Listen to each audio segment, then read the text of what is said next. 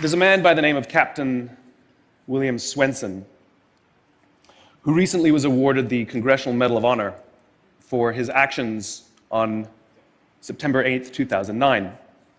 On that day, a column of American and Afghan troops were making their way through a part of Afghanistan to help protect a group of government officials, a group of Afghan government officials who'd be meeting with some local village elders. The column came under ambush and was surrounded on three sides.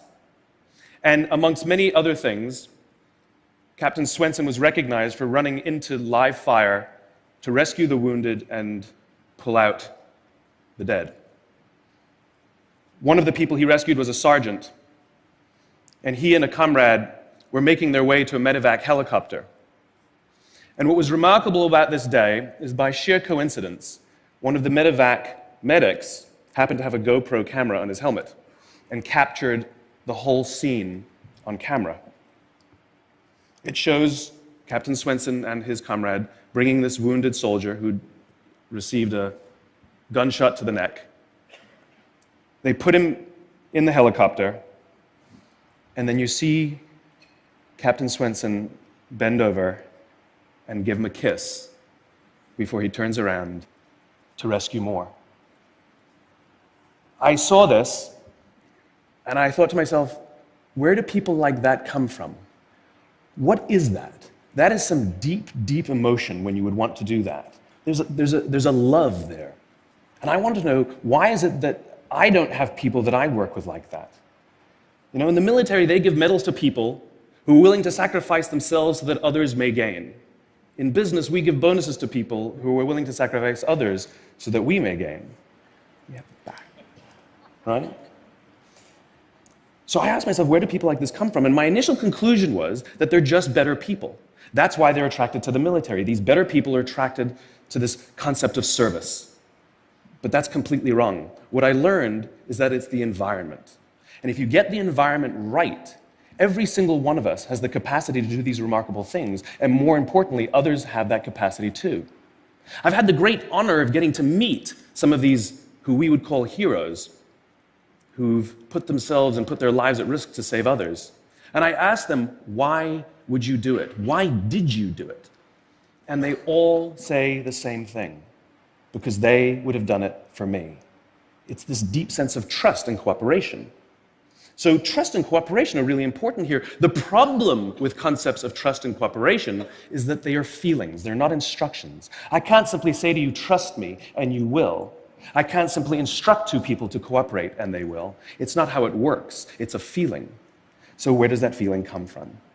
If you go back 50,000 years to the Paleolithic era, to the early days of Homo sapien, what we find is that the world was filled with danger. All of these forces working very, very hard to kill us. Nothing personal. Whether it was the weather, lack of resources, maybe a saber-toothed tiger, all of these things working to reduce our lifespan.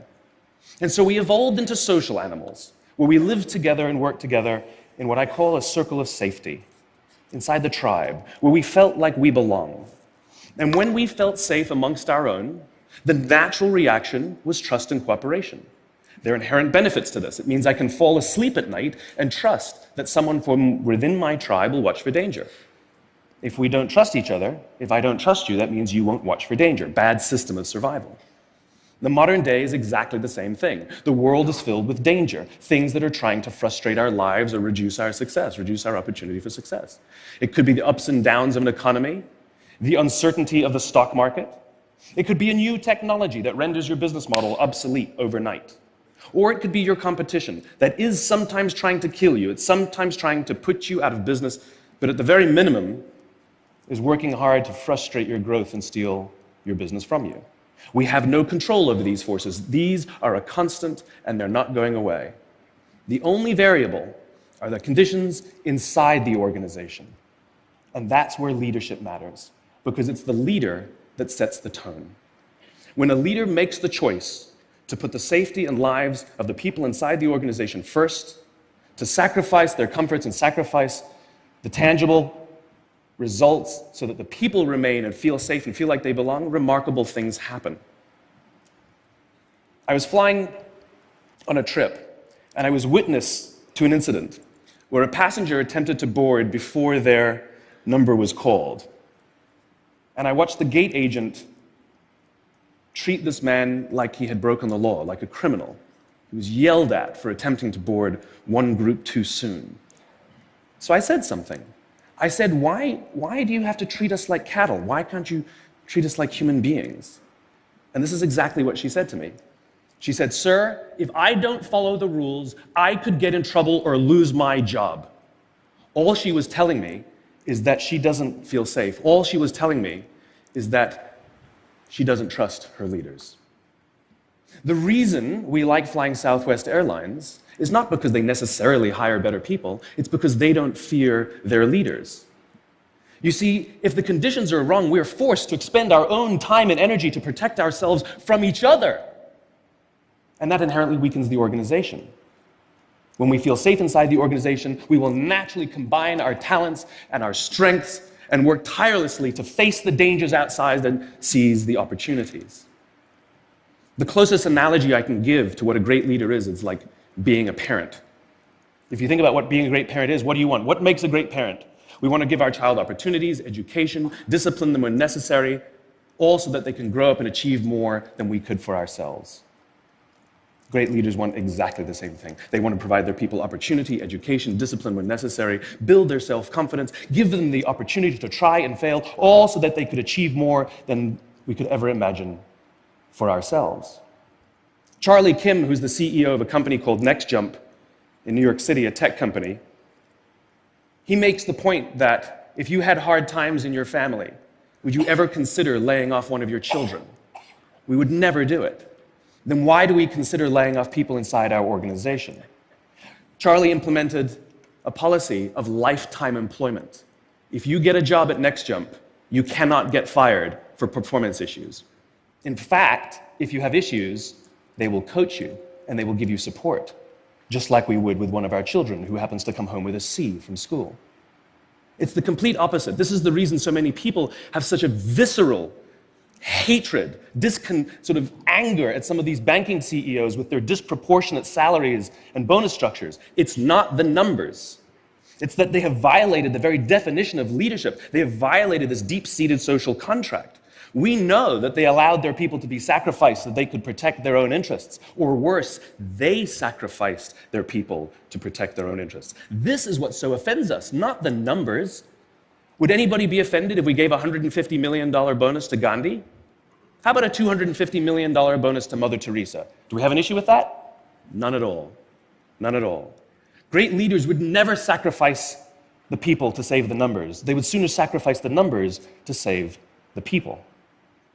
Bob Chapman, who runs a large manufacturing company in the Midwest called Barry-Wehmiller, in 2008, was hit very hard by the recession, and they lost 30% of their orders overnight.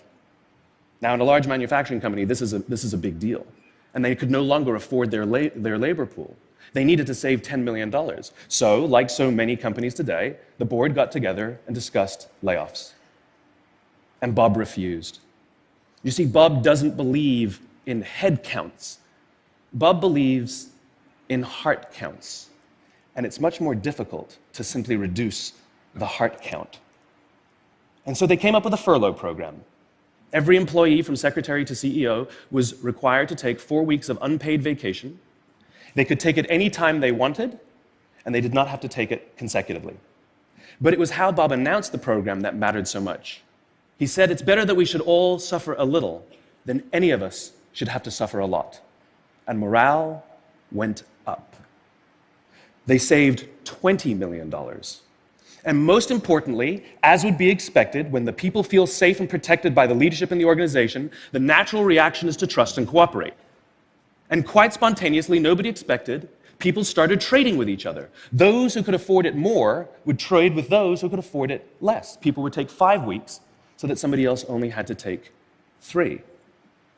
Leadership is a choice. It is not a rank. I know many people at the senior-most levels of organizations who are absolutely not leaders. They are authorities, and we do what they say because they have authority over us, but we would not follow them. And I know many people who are at the bottoms of organizations who have no authority, and they are absolutely leaders. And this is because they have chosen to look after the person to the left of them, and they have chosen to look after the person to the right of them. This is what a leader is. I heard a story of some Marines who were out in theater, and as is the Marine custom, the officer ate last, and he let his men eat first. And when they were done, there was no food left for him. And when they went back out in the field, his men brought him some of their food so that he may eat. Because that's what happens. We call them leaders because they go first. We call them leaders because they take the risk before anybody else does. We call them leaders because they will choose to sacrifice so that their people may be safe and protected, and so their people may gain. And when we do, the natural response is that our people will sacrifice for us. They will give us their blood and sweat and tears to see that their leader's vision comes to life. And when we ask them, why would you do that? Why would you give your blood and sweat and tears for that person? They all say the same thing. Because they would have done it for me. And isn't that the organization we would all like to work in?